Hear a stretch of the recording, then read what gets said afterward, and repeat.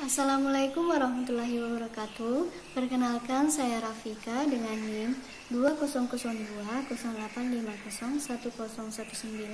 dari kelas Pendidikan Kesejahteraan Keluarga 03 Fakultas Teknik Universitas Negeri Makassar akan memaparkan kasus tentang seorang guru mencukur rambut siswa yang terlihat berantakan.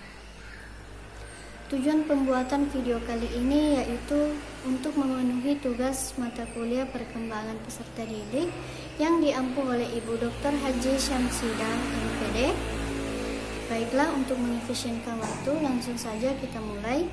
Adapun indikator pembahasan yaitu yang pertama, latar belakang kasus, yang kedua, teori yang terkait, dan yang ketiga, estimasi solusi, dan yang terakhir yaitu kesimpulan. Adapun latar belakang yaitu guru dan siswa adalah dua hal yang tidak dapat dipisahkan dalam dunia pendidikan. Hubungan antara keduanya kadang berjalan harmonis, namun tidak jarang berjalan kontradiktif. Seringkali guru melakukan tindak kekerasan terhadap siswa. Oknum guru berdalil untuk menegakkan kedisiplinan bagi siswa di sekolah. Seperti halnya yang dilakukan guru SMP yang mendisiplinkan siswanya yang berambut panjang. Peristiwa pencukuran rambut siswa terjadi pada saat jam pelajaran sedang berlangsung. Tiba-tiba, rambut salah satu siswa dipotong karena terlihat panjang dan berantakan. Guru sudah seringkali menegur anak tersebut, tetapi tidak pernah diindahkan oleh siswanya. Gaya rambut yang panjang, berwarna, dan berantakan tidak mengisyaratkan bahwa ia seorang pelajar. Akan tetapi, siswa tersebut tidak terima rambutnya dipotong, sehingga ia membentak guru dan dengan spontan guru tersebut memukul kepala siswanya. Harusnya guru lebih mencari formula yang edukatif, sebab pendisiplinan itu cenderung dimaknai konotasinya dengan hukuman. Padahal paradigmanya itu pengembangan perilaku. Kalau hukuman itu efektif hanya untuk jangka pendek, tapi perilaku ke depannya belum tentu anak mau mengikuti aturan dan norma. Tidak semua jenis sanksi yang diberikan oleh guru terhadap muridnya di sekolah bisa diterima dengan baik. Meski niat sang guru baik, tetapi tidak serta-merta guru dapat menerapkan pendisiplinan dengan cukur rambut ala kadarnya sebagai bentuk hukuman. Alasan saya mengangkat kasus ini karena maraknya permasalahan di sekolah hanya karena model rambut. Adapun teori yang terkait yaitu, yang pertama, kasus ini terkait dengan hakikat pertumbuhan dan perkembangan yang berhubungan dengan faktor yang mempengaruhi sikap individu terhadap perubahan dalam perkembangan, yaitu penampilan diri.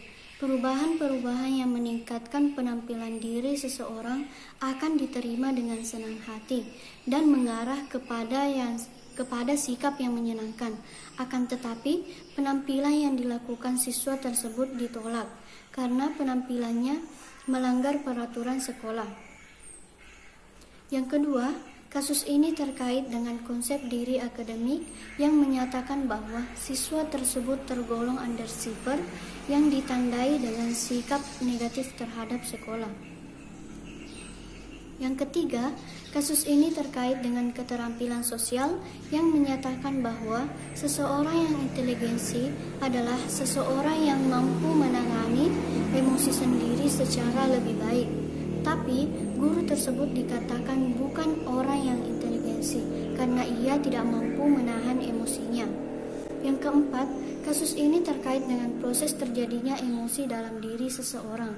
Menurut Lewis and Ross, state yaitu perubahan spesifik yang terjadi dalam aspek fisiologi seperti gerakan refleks atau terkejut pada sesuatu yang terjadi. Yang kelima, kasus ini terkait dengan kekerasan dalam pendidikan, kategori sedang atau violence in education, yang mana bisa tetap diselesaikan oleh pihak sekolah dengan bantuan aparat keamanan. Indikator ini mencakup kekerasan terbuka atau overt, seperti perkelahian, tawuran, bentrokan massa atau terkait dengan fisik, pelanggaran terhadap aturan sekolah atau kampus, serta membawa simbol dan nama sekolah. Yang keenam, kasus ini terkait dengan Goleman tahun 1999 yang menyatakan bahwa keterampilan sosial menangani emosi dengan baik ketika berhubungan dengan orang lain, mampu membaca situasi sehingga mampu melakukan keterampilan untuk mempengaruhi, bermusyawarah, dan mampu bekerja sama dengan orang lain. Tetapi guru tersebut tidak menangani emosinya dengan baik. Yang ketujuh, kasus ini terkait dengan keyakinan yang melandasi pendidik ketika menjalankan tugas-tugas kependidikannya, yaitu individualis, kebebasan anak merupakan tujuan pendidik yang tertinggi, keseragaman hukum merupakan tujuan pendidik yang diharapkan.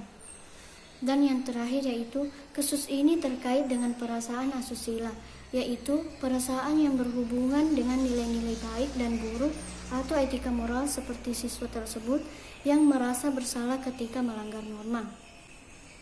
Adapun estimasi solusi yaitu yang pertama, cara yang dapat ditempuh guru untuk melakukan hukuman bila siswanya berambut panjang, yaitu salah satunya guru bisa memperingati siswanya. Apabila siswa tersebut sudah 3 kali diperingati tetapi belum memangkas rambutnya, guru bisa memberi surat kepada orang tua wali siswa atau membuat grup WhatsApp yang beranggotakan orang tua siswa untuk menginformasikan peraturan sekolah berapa sentimeter panjang rambut siswa yang ditentukan. Tetapi siswa juga sepatutnya mendengar nasihat guru dan tidak melanggar peraturan sekolah. Yang kedua, guru dan siswa dapat dimediasi oleh kepala sekolah untuk melakukan perdamaian sebelum kasus tersebut keluar dari area sekolah. Dan yang terakhir, jika guru ingin memotong rambut siswa, harusnya ia memotongnya secara tuntas atau rapi. Karena jika guru memotongnya secara berantakan, hal tersebut dapat memicu kemarahan siswa maupun orang tua siswa. Dari kasus ini, kita dapat mengambil kesimpulan bahwa guru dan siswa sudah selayaknya seperti orang tua dan anak saat di sekolah. Siswa sudah sepatutnya menghargai dan mendengarkan nasihat gurunya. Begitupun dengan guru. Guru perlu mendengarkan, membimbing, mengarahkan, dan mengevaluasi siswanya. Karena guru menjadi contoh suri teladan bagi siswanya. Guru adalah representatif dari sekelompok orang pada suatu komunitas atau masyarakat yang diharapkan menjadi teladan yang dapat ditiru. Perilaku yang dapat ditunjukkan oleh peserta didik, kata Melkianus pada dasarnya dipengaruhi oleh latar belakang pendidikan dan pengalaman yang dimiliki oleh seorang guru. Dengan kata lain, guru mempunyai pengaruh terhadap perubahan peserta didik.